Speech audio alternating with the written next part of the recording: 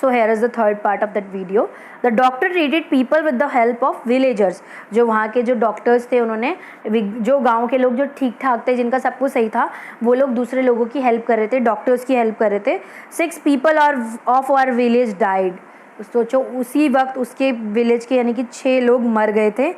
माई grandfather यानी कि उसके ग्रैंडफादर यानी कि उसके नाना जी was also buried under the house. उसके दादाजी भी किसी घर के नीचे दब के मर गए थे. My mother wept all the time. मेरी मम्मी पूरा टाइम, वेप्ट का मतलब होता है रोती रही, वेप्ट का वीप होता है ना, रोने का वीप होता है ना, तो वैसी वेप्ट यानी कि मेरी मम्मा पूरे टाइम रोते रही.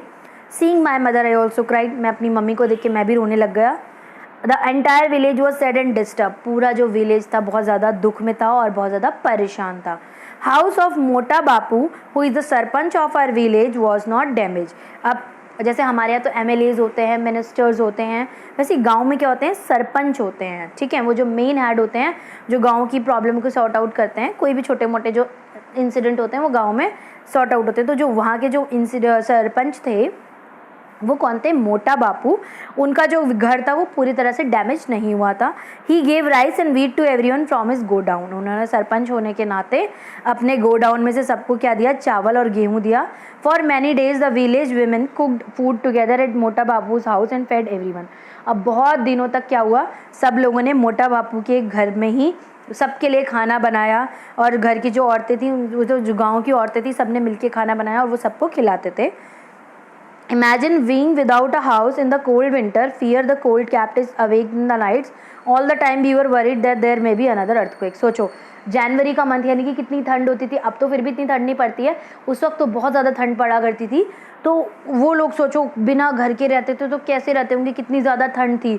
और उन लोगों के दिमाग में हमेशा यही बात चलती रहती थी, कहीं दोबारा से कोई फिर से अर्थक्वेक ना आ जाए. Help arrives. अब क्या हुआ, कुछ हेल्प आई.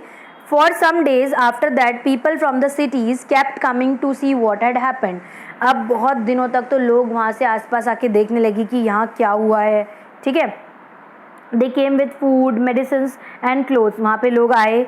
उस वक्त क्या हुआ था ना, जब ये इतना बड़ा अर्थक्वेक आया था तो सब पूरे देश जो था वो हिल चुका था. तो सब लोगों ने जिससे जैसी मदद हुई वैसी मदद करी. किसी ने फूड यानी कि खाना भेजा, किसी ने कपड़े भेजे, किसी ने मेडिसिन्स भेजी, है ना. We had never worn such clothes before. अब उनके पास ना कपड़े थे तो, लेकिन अब उनको जैसे कपड़े मिल रहे थे उन्हें वैसे कपड़े पहनने पड़े. अब वो कह रही है कि मैंने आज तक ज़िंदगी में कभी ऐसे कपड़े नहीं पहने थे, लेकिन उस वक्त क्या कर सकते थे, मजबूरी थी. People from different groups of the city helped us to put up the tents. Staying in this plastic tents in the cold winter months was very difficult. अब कुछ लोग आके उनके लिए टेंट लगा गए, कोई कुछ कर गया. तो उसने कहा कि इतने ठंडे में ये टेंट्स में रहना बहुत ज़्यादा मुश्किल